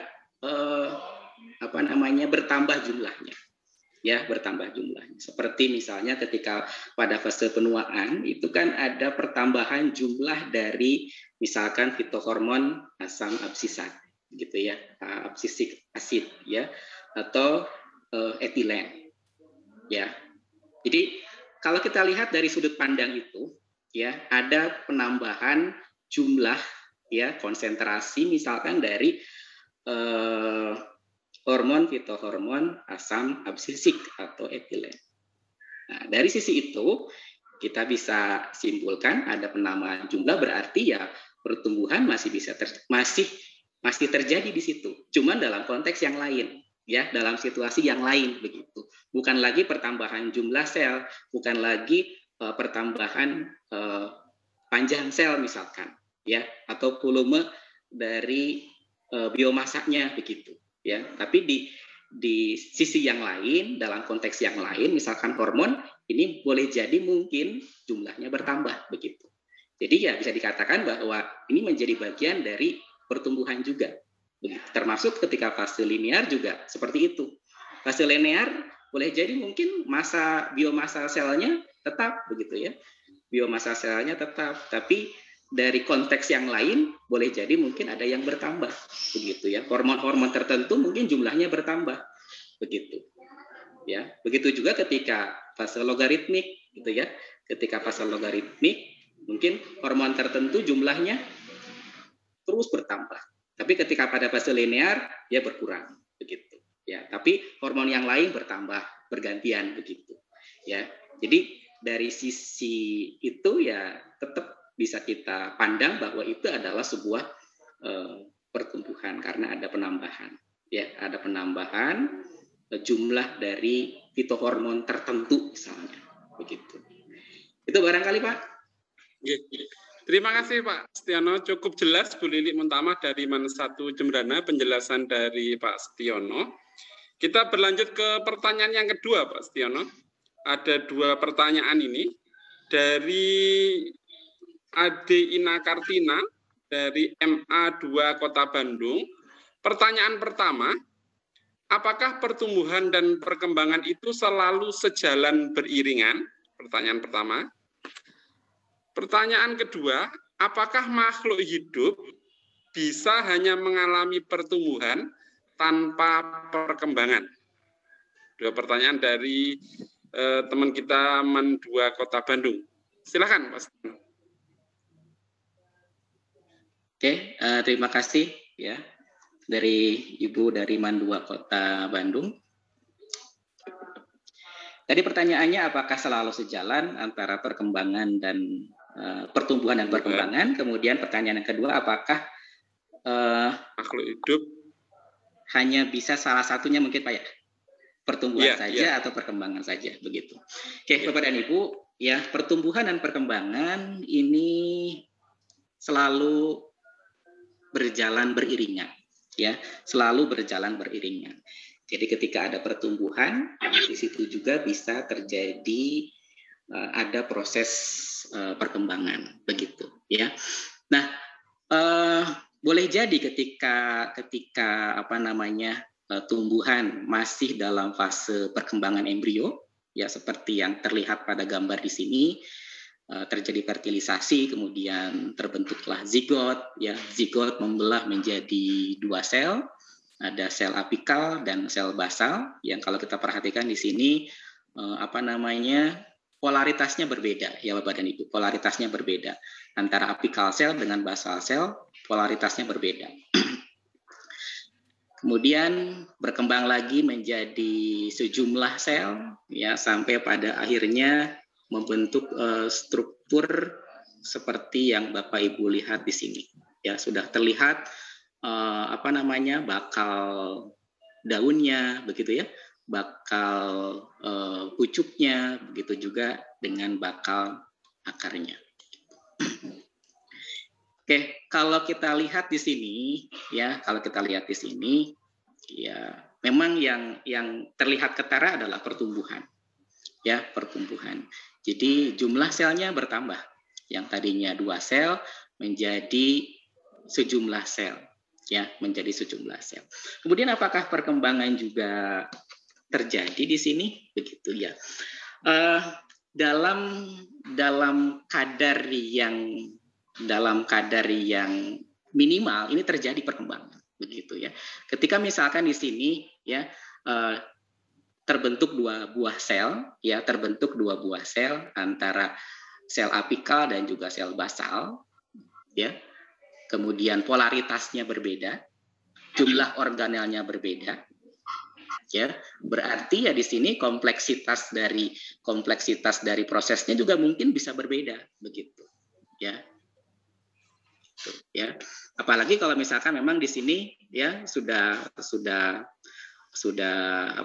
si embrionya sudah membentuk struktur, ya, bakal daunnya, kemudian juga bakal batangnya sudah muncul. Ini kompleksitas dari, walaupun ini bisa dikatakan meristem semua jaringannya, tapi boleh jadi proses yang terjadi di dalamnya ini berbeda, ya. Kompleksitas proses yang terjadi di dalamnya ini berbeda.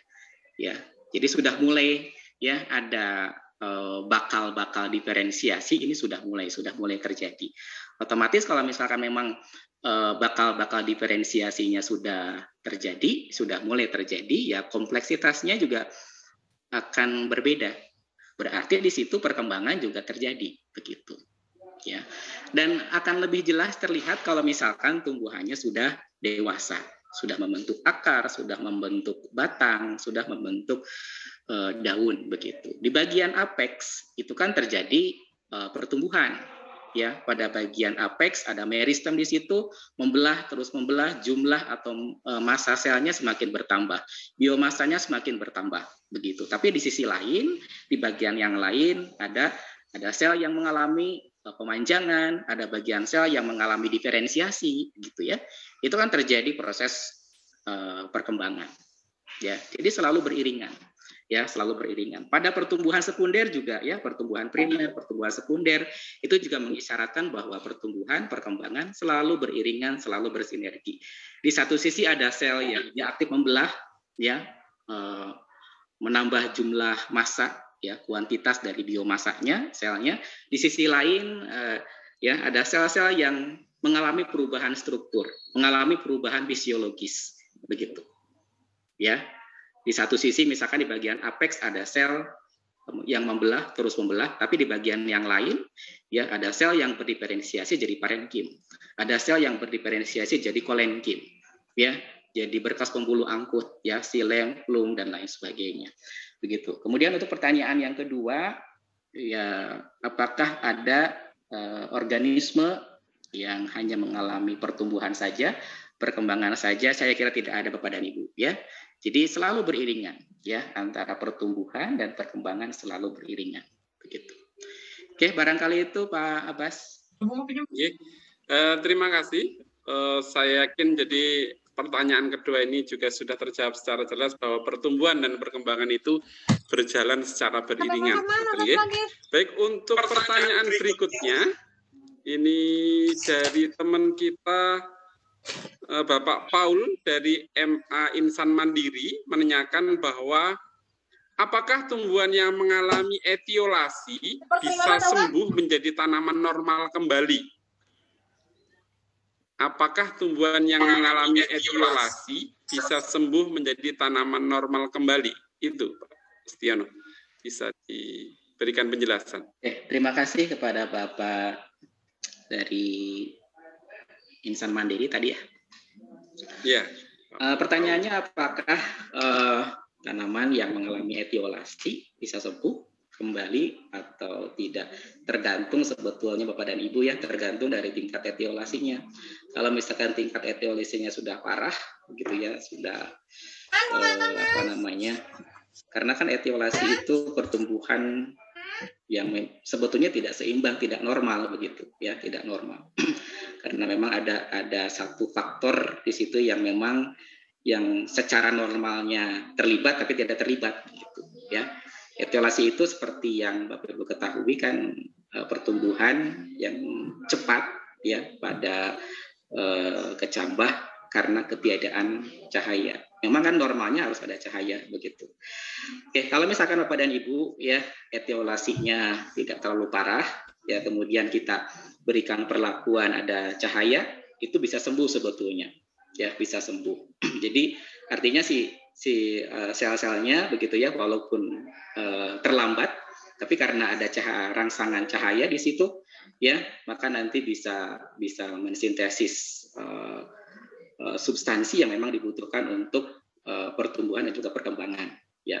Misalkan ketika ada cahaya itu kan biasanya proplastida dia berkembang menjadi plastida ya, khususnya plastida kloroplas begitu ya. Nah, kalau misalkan dalam kurun waktu tertentu ya etiolasi ya kemudian ada cahaya ya, maka nanti ya kalau misalkan memang tidak terlalu parah ini bisa recovery ya, bisa recovery. Tapi kalau misalkan memang sudah parah ya, ketika kita paparkan kepada cahaya ini bisa mati begitu ya. Kalau misalkan memang etiolasinya sudah cukup parah begitu. Jadi tergantung dari tingkat etiolasinya. Itu barangkali Pak Abbas. Oke, terima kasih. Pertanyaan berikutnya karena waktunya sudah mepet Pak Setiano. Ini ada pertanyaan dari teman kita dari SMA Negeri 1 Fak-Fak. Nan jauh di sana dari Papua, dari Bapak Ailan Yong menanyakan bahwa minta tolong diberikan contoh pada tumbuhan mengenai gen potensial, Pak Setiano. Diberikan contoh mengenai gen potensial pada tumbuhan. Silakan. Oke, terima kasih Pak Alian dari Papak. Contoh gen potensial. Oke, Bapak dan Ibu, seperti yang tadi sudah saya jelaskan bahwa gen pada tumbuhan, pada organisme itu kan bisa beratus-ratus gitu ya, bisa beribu-ribu gen gitu ya. Tadi dikatakan bahwa salah satu faktor yang mempengaruhi pertumbuhan dan perkembangan adalah faktor genetik gitu. Jadi ada gen yang dia potensial aktif ya. Ya, ada gen yang potensial aktif, ada gen yang inaktif, ya, ada gen yang potensial inaktif. Nah, sebetulnya di sini Bapak dan Ibu, ya, peristiwanya sangat kompleks, begitu ya. Jadi gen-gen tertentu yang potensial aktif ini bisa aktif oleh apa? Oleh banyak faktor, bisa oleh enzim, bisa oleh hormon, begitu ya. Atau bisa oleh faktor yang lain. Jadi seolah-olah di sini tumbuhan itu sebetulnya tahu bahwa ketika fase pertumbuhan dua sel, maka gen mana yang harus aktif begitu ya. Ketika fase embrio berkecambah, gen mana yang harus aktif itu tahu begitu. Ya, itu tahu seperti itu. Jadi gen-gen yang aktif itu dia bergantian ya, dari waktu ke waktu bergantian sesuai dengan kebutuhan. Ya, kenapa bisa bergantian? Tentunya di situ ada regulasi yang sangat kompleks. Siapa yang meregulasinya? Ada hormon begitu ya, ada enzim ya, atau faktor lingkungan juga bisa berperan di situ. Ya. Jadi faktor-faktor itu yang nanti bisa menyebabkan gen yang potensial aktif menjadi aktif begitu. Jadi seolah-olah tahu kebutuhan saya sekarang yang ini, kebutuhan besok yang ini, kebutuhan lusa yang ini begitu. Ya. Jadi kalau dianalogikan seperti itu. Jadi seolah-olah tahu bahwa hari ini saya harus makan sayur sop misalkan, ya. Harus makan sayur sop, maka resep yang terbuka adalah sayur sop. Besok saya butuh sayur asam, maka nanti buku resep yang terbuka atau gen yang aktifnya adalah ya gen yang meresepkan sayur asam lusa saya butuh perkedel, maka nanti gen yang aktifnya adalah gen yang meresepkan perkedel dan lain sebagainya, seperti itu. Ya, jadi yang menyebabkan si buku resep itu terbuka adalah banyak faktor di situ. Ya, ada faktor lingkungan, ada faktor hormon, ada faktor macam-macam di situ. Sangat kompleks kalau dijelaskan, sangat kompleks dan sangat rumit begitu. Barangkali seperti itu, Pak Abbas. Oke, terima kasih Pak Setiano. Ada pertanyaan berikutnya, Pak. Untuk pertanyaan yang kelima ini ada 2 pertanyaan. Yang pertama dari Kemil Kamalia Latupono menanyakan bahwa adakah pengaruh beberapa hormon secara bersamaan untuk pertumbuhan dan perkembangan tanaman? Saya ulangi sekali lagi, pertanyaan pertama. Adakah pengaruh beberapa hormon secara bersamaan untuk pertumbuhan atau perkembangan tanaman? Untuk pertanyaan kedua dari teman kita Ibu Yayu Muslihatin, fitohormon antagonis itu apa saja? Apakah auksin dan situkinin saat membentuk cabang juga termasuk yang antagonis? Itu untuk pertanyaan kelima. Silakan Pak Setiano. Terima kasih Pak Abbas. Terima kasih pertanyaannya dari Pak Kemil tadi. Ya. Prinsip kerja dari fitohormon itu adalah kolaborasi Bapak dan Ibu. Ya, kolaborasi dalam waktu yang bersamaan. Ya, jadi tidak bisa sitokinin dulu bekerja, kemudian auksin dulu bekerja. Ya. Tapi dalam satu waktu, ya, dalam satu masa itu bisa beberapa fitohormon dia bekerja. Ya, misalkan salah satu contohnya kalau misalkan Bapak dan Ibu melakukan kultur jaringan, itu kan menanam bagian dari jaringan, ditanam, ya, kemudian nanti akan berkembang, begitu, ya. Oke, saya ambil konteksnya ini pada kultur jaringan ya Bapak dan Ibu.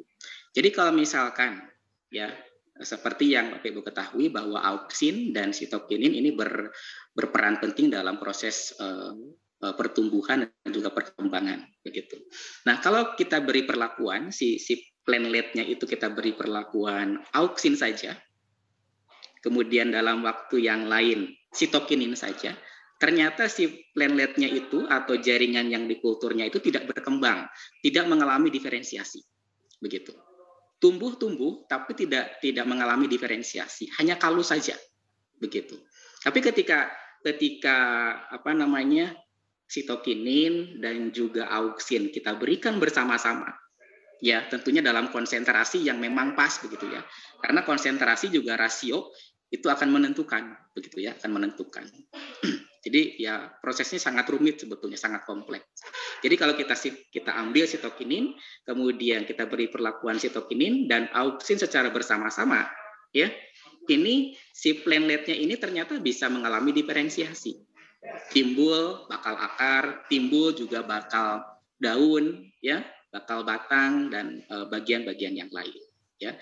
Jadi kalau diberikan secara bersama-sama, ya, dalam konsentrasi yang tepat, dalam rasio konsentrasi yang tepat, ini akan menyebabkan diferensiasi, begitu, ya. Jadi tidak bisa kita beri perlakuan auksin dulu atau sitokinin dulu, kemudian setelah auksin dalam beberapa waktu kemudian kita beri perlakuan sitokinin, gitu. Ya, jadi harus bersamaan, ya. Ini menandakan bahwa fitohormon, ya, dalam kurun waktu tertentu, masa tertentu dia bekerja berkolaborasi satu sama lain, begitu, ya. Jadi seperti itu Bapak dan Ibu, ya. Jadi tidak bisa si fitohormon ini auksin misalkan dia bekerja sendiri, ya. Auksin tanpa sitokinin sel tidak akan bisa membelah Bapak dan Ibu, ya. Jadi kalau misalkan kita beri perlakuan sel ini dengan auksin, dia bisa memanjang, dia bisa membesar, tapi kemampuannya untuk membelah itu akan berkurang, ya. Tapi kalau misalkan kita berikan auksin, kita berikan sitokinin, ya, maka nanti sel selain bisa memanjang, membesar juga bisa melaksanakan pembelahan. Artinya itu membuktikan bahwa beberapa fitohormon dalam satu waktu dia bekerja sinergi, dia bekerja secara kolaborasi satu sama lain begitu. Ya saling mempengaruhi begitu. Ya saling mempengaruhi. Kemudian tadi pertanyaan yang kedua. Ada fitohormon secara umum Bapak dan Ibu ya. Fitohormon itu ada yang memacu, ada yang menghambat. Gitu ya. Ada yang memacu, ada yang menghambat begitu. Sekarang kalau misalkan kondisi lingkungan ekstrim ya, mengalami cekaman ya, ekstrim sehingga tumbuhannya mengalami cekaman, maka salah satu bentuk adaptasi dari tumbuhan adalah ya menghentikan sementara pertumbuhan. Menghentikan sementara pertumbuhan.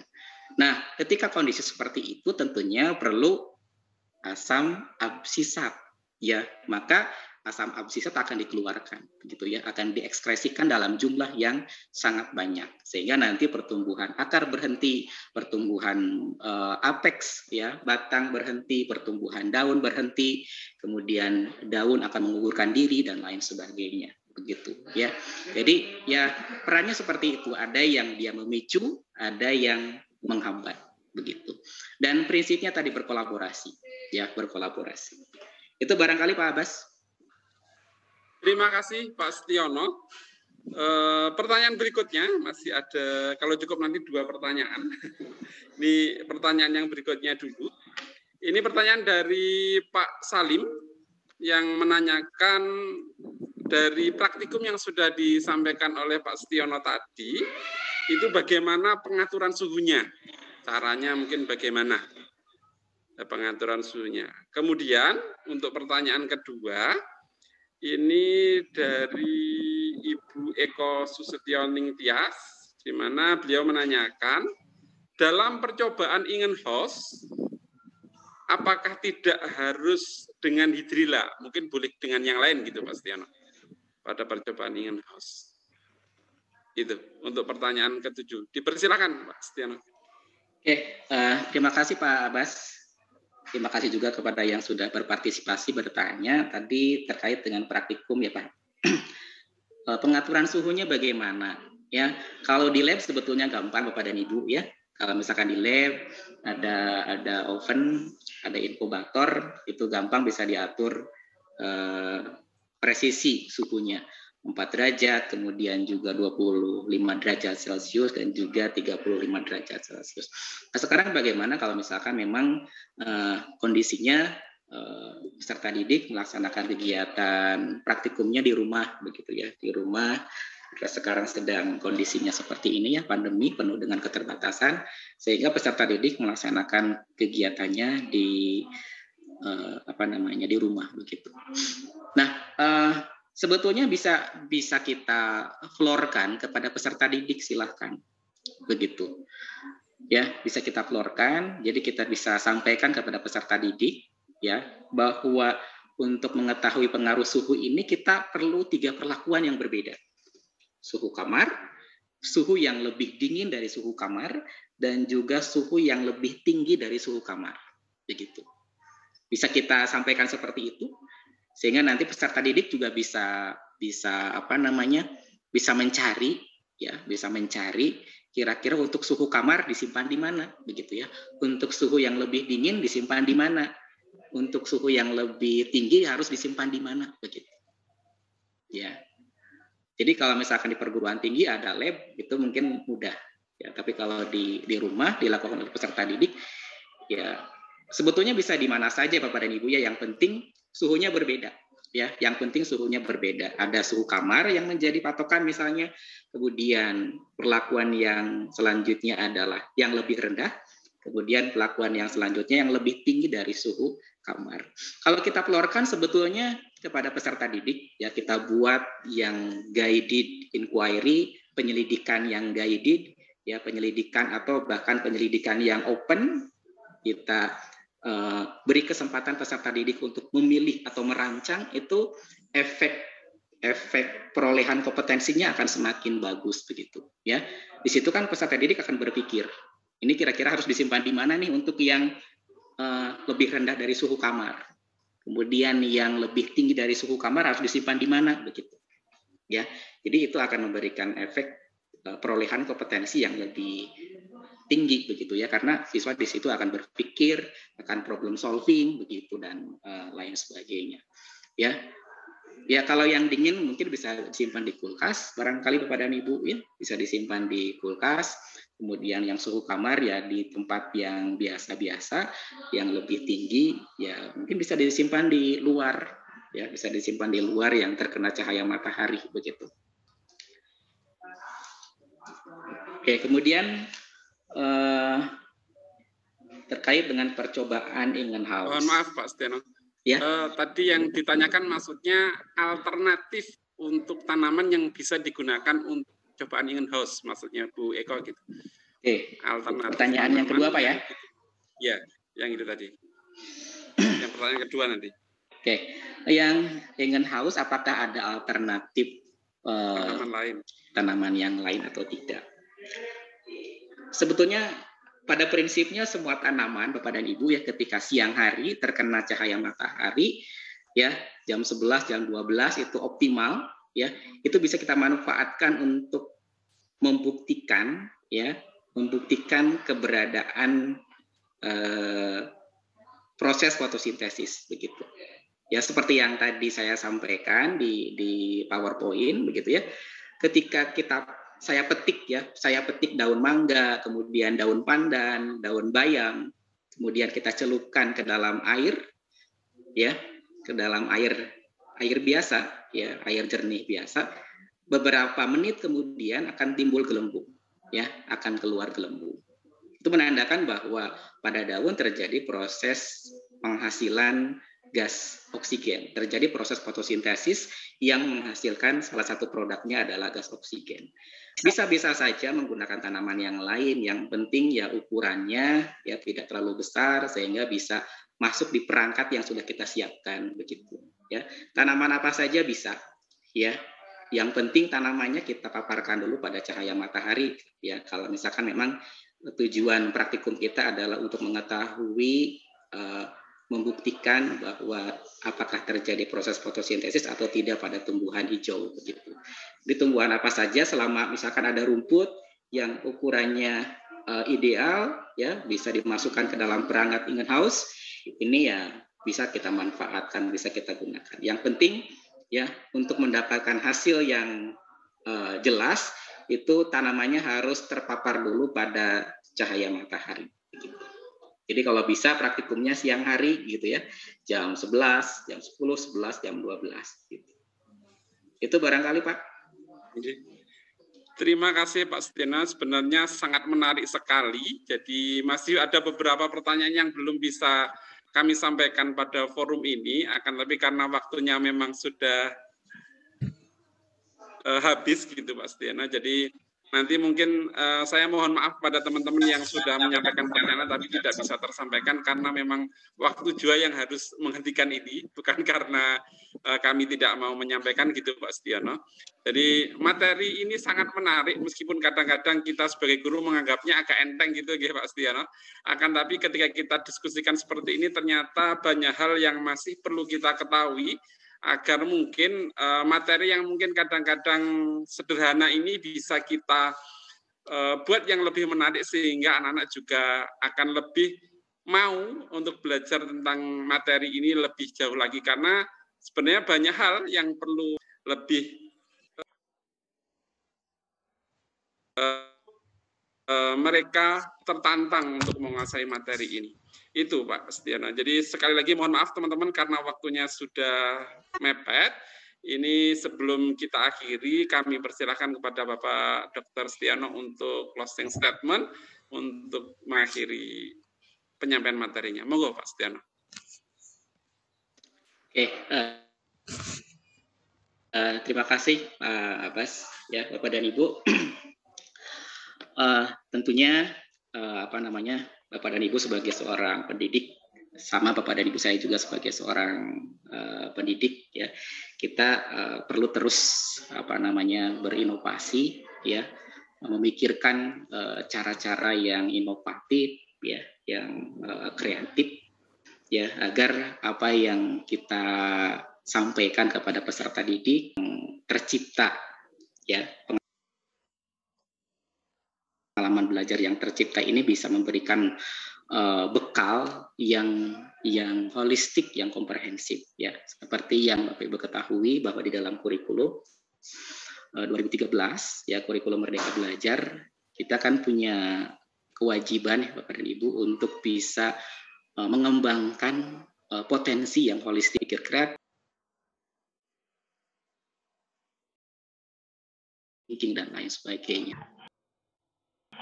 Tentunya untuk bisa membekalkan kompetensi yang holistik ini, kita perlu rancang sebuah pembelajaran, rancang sebuah aktivitas yang melibatkan sebanyak-banyaknya peserta didik di situ. Karena seperti yang kita tahu pada Ibu, ya, bahwa belajar biologi itu, ya, objek kajiannya jelas, makhluk hidup. Ya, kalau kita belajar objek kajiannya makhluk hidup, ya kita harus dekatkan sedekat mungkin makhluk hidup tersebut kepada peserta didik. Kita berikan kesempatan peserta didik untuk bisa menyentuh, mengamati, ya, mempelajari secara lebih dekat si objek kajian tersebut. Tentunya dengan pengalaman belajar yang kita setting sedemikian rupa, dengan pengalaman belajar yang kita buat sedemikian rupa, agar peserta didik bisa berinteraksi sebanyak-banyaknya dengan objek. Kemudian Bapak dan Ibu jangan lupa juga bahwa kalau kita lihat dari standar isi Bapak dan Ibu, standar isi mata pelajaran biologi, ya, salah satu kemampuan, ya, yang perlu kita bekalkan kepada peserta didik, kemampuan utama sebetulnya yang perlu kita bekalkan adalah bagaimana caranya dengan biologi ini kita bisa membantu peserta didik, ya, membangun keimanannya, begitu, ya. Karena kalau kita lihat, ya, Bapak dan Ibu, di standar isi mata pelajaran, ya, di tujuan umumnya, tujuan belajar biologi itu adalah untuk meningkatkan keimanan dan ketakwaan, ya. Jadi belajar biologi, belajar ayat-ayat Allah, belajar ayat-ayat Tuhan juga bisa menjadi sarana, ya, bagi kita untuk bisa membangun keimanan, keyakinan terhadap keberadaan Tuhan yang Maha Pencipta. Itu barangkali Bapak dan Ibu, ya, terima kasih, mohon maaf, ya, apabila ada hal yang kurang berkenan, ya. Tadi sebetulnya ada banyak materi yang belum tersampaikan, tapi mudah-mudahan itu nanti bisa memancing Bapak dan Ibu untuk bisa mempelajari lebih lanjut terkait dengan materi ini. Itu barangkali Pak Apes. Terima kasih. Terima kasih Pak Sutiyono atas penyampaian materi yang sangat menarik, dan mohon maaf harus terbatasi dengan waktu, dan teman-teman saya yakin masih banyak hal yang ingin ditanyakan dan Pak Sutiyono. Jadi saya terima kasih, mohon maaf mungkin kalau